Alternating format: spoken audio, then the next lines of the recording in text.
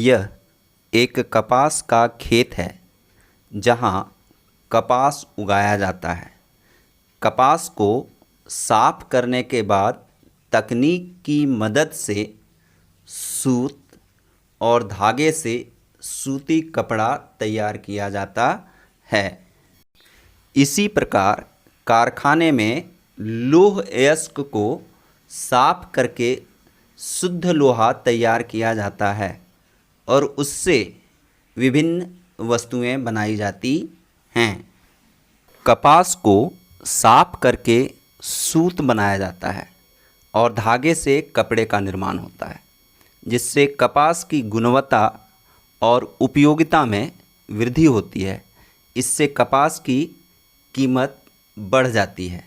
हमने देखा कपास से कपड़े निर्माण तक मशीनों, औजारों और श्रम का उपयोग किया गया। इस प्रकार मशीनों, औजारों और श्रम का उपयोग कर वस्तु का निर्माण विनिर्माण कहलाता है। सूती वस्त्र के लिए कच्चे माल के रूप में कपास का प्रयोग किया जाता है। ठीक उसी प्रकार लौह निर्माण के लिए कच्चे माल के रूप में लौह अयस्क का प्रयोग किया जाता है। कपास कृषि से और लौह अयस्क खनन से प्राप्त होता है। कृषि और खनन दो शब्दों का प्रयोग करते हुए अब हम आइए द्वितीयक गतिविधि को परिभाषित करने का काम करते हैं। कृषि, खनन या अन्य प्राथमिक गतिविधियों के अतिरिक्त प्रकृति से प्राप्त वस्तुओं का प्रयोग कच्चे माल के रूप में करते हुए मशीनों, प्रौद्योगिकी और श्रम की सहायता से उसकी गुणवत्ता, उपयोगिता और मूल्य वृद्धि की क्रिया द्वितीयक क्रियाकलाप कहलाती है।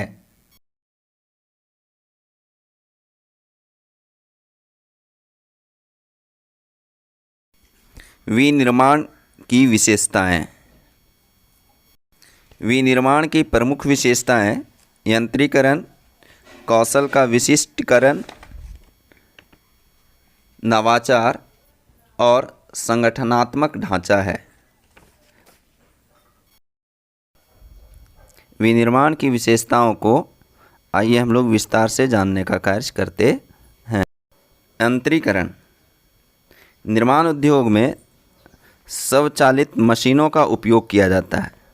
मशीन के द्वारा लगातार उत्पादन होने से कम समय में अधिक उत्पादन और अधिक मुनाफा होता है और एक ही तरह के उत्पादन की गुणवत्ता भी बेहतर एवं एक समान होती है।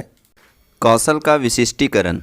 विनिर्माण में एक ही प्रकार का कार्य एक व्यक्ति द्वारा लगातार किया जाता है, जिससे उसका अनुभव बढ़ता है और उसकी दक्षता दिन प्रतिदिन विकसित होती जाती है, जिससे उत्पादन की गुणवत्ता सुदृढ़ होती है।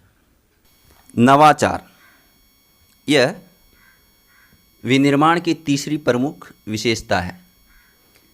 उत्पादन के क्रम में दिन प्रतिदिन नए नए आविष्कार होते रहते हैं, जिससे निर्माण की गुणवत्ता में निखार, दक्षता में वृद्धि होती है। विशेष करके नई मशीनें बनती हैं, नए तकनीक का विकास होता है और नए तकनीकों के साथ बाज़ार की मांग के अनुरूप या बाज़ार को अपने अनुरूप मोड़ने के लिए नवाचार का प्रयोग आज विनिर्माण के क्षेत्र में बहुतायत मात्रा में किया जाता है। अगला है संगठनात्मक ढांचा। विनिर्माण उद्योग में संगठनात्मक ढांचा एवं स्तरीकरण की प्रमुख विशेषताएं होती है, जिसमें कम लागत में अधिक उत्पादन का कार्य किया जाता है। इसमें प्रारंभिक पूंजी की आवश्यकता होती है। प्रशासकीय अधिकारी वर्ग जैसे वृहद औद्योगिक संगठन यहाँ पर मिलता है और ये संगठन उत्पादन से लेकर विक्रय तक के सारे कार्य अलग अलग संगठन के लोग करते हैं। प्रबंधन बहुत बेहतर तरीके से होता है